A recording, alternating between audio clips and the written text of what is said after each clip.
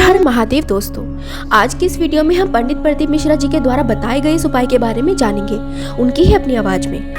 एक बात का ध्यान रखिए उसके लिए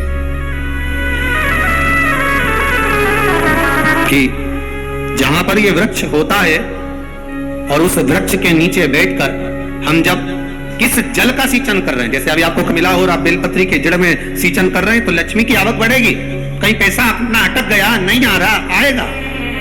कि भक्ति का जब एक आनंद जल इस चूनर पर पड़े तो ये एकदम साफ हो जाए। शिव भक्ति निर्मलता देती है, शिव भक्ति विश्वास देती है। कोई आपसे पूछे कि शंकर जी की कथा सुनने से क्या मिलता है, तो आप कह देना धन दौलत की तो नहीं मालूम, संपदा और वैभव की भी नहीं मालूम, पर शिव महापुराण सुनने से विश्वास और बल मिलता है कि आगे करना क्या।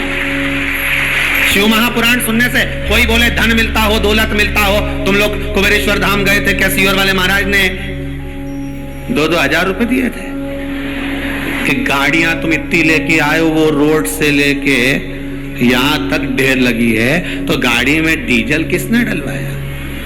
कि वो सीहोर वाला महाराज आया तो डलवाने के लिए, कौन डलवा? तो के साहब हमें ये तो नहीं मालूम, पर विश्वास मिला है, बल मिला है। शिव महापुराण धन दी की नहीं दी, संपदा दी की नहीं दी, और आपकी मनोकामना पूर्ण हुई नहीं हुई वो आपके ऊपर है। हम कोई गारंटी तो नहीं ले, हम तो इतनी गारंटी जरूर ले सकते हैं, जैसे सुखदेव जी महाराज ने राजा परीक्षित से कहा था। राजा परीक्षित बोल रहा था, महाराज 7वें दिन मरने वाला हूं, कृपा कर दीजिए। भगवान बोले, देख रहे दादा, मरेगा तो जरूर, मरना तो निश्चित है। बादाम खाएगा तो भी मरेगा, नहीं खाएगा तो भी मरेगा, गुलाब जामुन खाएगा तो भी मरेगा, नहीं खाएगा तो भी मरेगा, कहीं ऊपर पहाड़ पे जाएगा तो भी मरेगा, जमीन करेगा तो भी मरेगा। कई कई तो ऐसे हैं कि बाथरूम से नहा के आ रहे थे, फिसल गए तो नहीं पट गए। इनका क्या?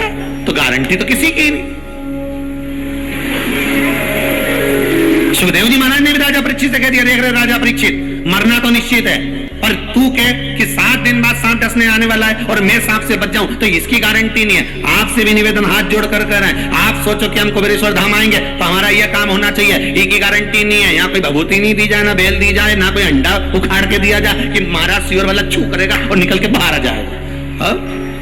यहाँ तो एक चीज की गारंटी है कि आप शंकर का अनुमोदन करोगे, शिव महापुराण की कथा श्रवण करोगे, और अगर विश्वास लेकर आए हो तो यहां तो विश्वास दिया जाता है और विश्वास लिया जाता है। यहां शिव के प्रति विश्वास जागृत करा जाए। एग्जाम में बैठने से पहले ही तुम सोच लो, फेल हो गया तो?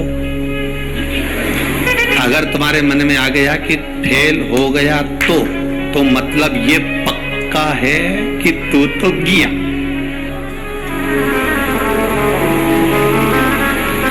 वर्णन किया गया कि पीपल के वृक्ष की जो जड़ होती है, बेलपत्री के वृक्ष की जो जड़ होती है,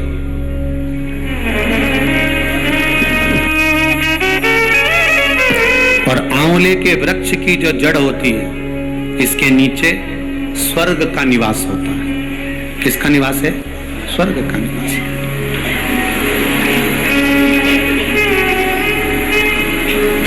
अथर्ववेद में भी कहा और छंदो उपनिषद में भी वर्णन करा।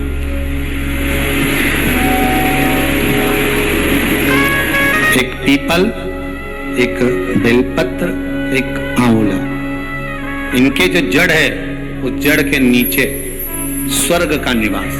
ये जहां लगे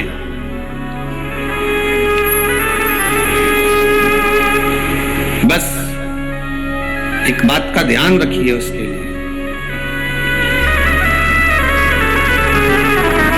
कि जहां पर यह वृक्ष होता है और उस वृक्ष के नीचे बैठकर हम जब किस जल का सिंचन कर रहे हैं, जैसे अभी आपको कहा था कि जल में अगर लाल चंदन मिला हो और आप बेलपत्री के जड़ में सिंचन कर रहे हैं तो लक्ष्मी की आवक बढ़ेगी। कहीं पैसा अपना अटक गया, नहीं आ रहा, आएगा।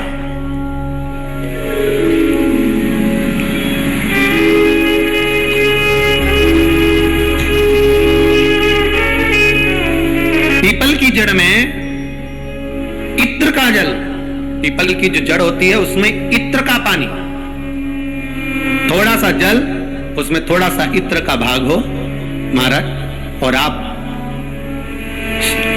भगवान पीपल देव, पीपलेश्वर महादेव का स्मरण कर कर पीपल की जड़ में अगर जल चढ़ा रहे हैं, और मान लो शरीर में कोई कष्ट हो गया है, शरीर में कोई रोग हो गया है, कोई मालूम पड़े ये हाथ 4 दिन से दुख रहा है, या 4 दिन से ये नस दब गई है, या ये कमर दब रही है, तो आप 2-4 दिन कर देखो। कलश के अंदर जल, जल में इत्र का थोड़ा सा भाग, पीपल की जड़ के नीचे आप उसका सिंचन करिए पिपलेश्वर महादेव के नाम से। उस जल को थोड़ा सा भाग लेकर आ जाओ उसी में से जो चढ़ाया है, और उस स्थान पर जहां कष्ट है उसको लगाना प्रारंभ करिए। 2 दिन 3 दिन कर देखो। प्रैक्टिकल करने में क्या जाता है? सीवर वाला महाराज झूठ बोल रहा हो तो प्रैक्टिकल करने में क्या जाए, करते रहो। जिन जिन ने प्रैक्टिकल करे उनका रिजल्ट यहां सामने है, जिन जिन ने करे। और अभी और पत्र देगा पढ़ने के लिए, अभी कहीं का भजन आएगा जब देख लेंगे। करते रहो। तीसरा महाराज, आंवले के वृक्ष की जड़। आंवले के वृक्ष की जो जड़ होती है, इसके नीचे शिव महापुराण की कथा कहती है, विष्णु पुराण कहती है, स्कंद पुराण कहती है महाराज कि भगवान नारायण स्वयं इस जड़ के नीचे अपना विश्राम करते हैं महाराज, इस जड़ के नीचे। प्रयास करा करो, 1 चुटकी हल्दी, कितनी? मात्र 1 चुटकी हल्दी, आंवले के वृक्ष के नीचे भगवान हरि हर महादेव, कौन से महादेव हैं? हरि हर महादेव के नाम से रखकर उस पर पूर्व मुख कर कर, पूर्व की ओर मुख कर कर जल समर्पित करना प्रारंभ कर दीजिए।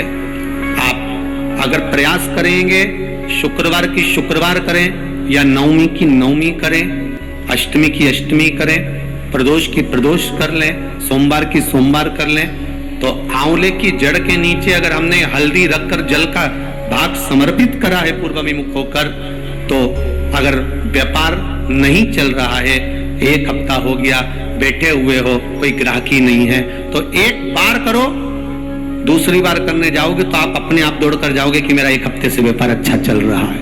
आप दूसरी बार करोगे तो आपको ये ज्ञान उपदेश ये प्राप्त हो जाएगा, अपने आप रिजल्ट सामने आएगा कि हाँ, हमने आंवले के वृक्ष के नीचे हल्दी को समर्पित करा था, और उसको चढ़ाने के बाद हमने जो जल चढ़ाया है उसका फल हमको प्राप्त हुआ, उसका फल हमें मिला है, उसका फल हमें मिलेगा। कोई भी क्रम करे, हम फिर कहेंगे, फिर निवेदन करेंगे, कुआं खोदो, एक जगह खोदो, पानी निकलेगा। कभी यहाँ भटक गए, कभी वहां भटक गए, थोड़े दिन यहाँ आ गए, थोड़े दिन कहीं दूसरी जगह चले गए, फिर तीसरी जगह चले गए, चौथी जगह चले गए, भटक रहे। अब बाबा से विनती करना, अब नहीं भटकूंगी चाहे कुछ भी हो जाए। बहुत भटक ली, सारी दुनिया में जाकर घूमी आई, सबसे निवेदन कर कर आ गई, अब मेरे बस की नहीं बची, अब तो तेरा दरबार है और तेरा भजन है, इसके सिवाय कुछ नहीं करूं। श्री शिवाय नमस्तुभ्यं, श्री शिवाय नमस्तुभ्यं, श्री शिवाय नमस्तुभ्यं, श्री शिवाय नमस्तुभ्यं, इसके सिवाय कुछ नहीं करो।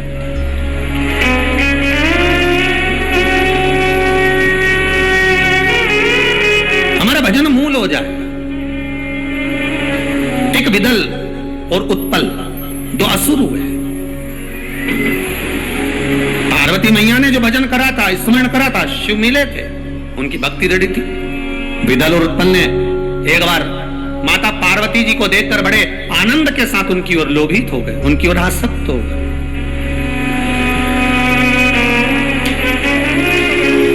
जो जो राक्षस, जो जो असुर भगवान की ओर लोभित हुआ, भगवान ने उसका कल्याण कर दिया। दुनिया के लोग संसार को देखकर लोभित होते हैं, ये कितनी सुंदर है, वो कितना सुंदर है, वो ऐसा है, वो वैसा है।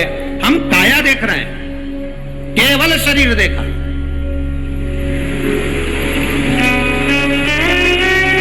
इरादे से ज्यादा रिश्ते तो ये काया के चक्कर में गड़बड़ हो गए। लड़का अच्छा है साहब, लड़की बहुत बढ़िया है, दिखने में तो कई जोरदार। अब पहले का समय, आज का समय, पहले के जमाने में सूरत नहीं देखते थे, चरण देखते थे। आज के जमाने में चरण नहीं देखते, सूरत देखते थे। आपको अगर हमारी वीडियो अच्छी लगे तो हमारे चैनल को सब्सक्राइब करना ना भूलें।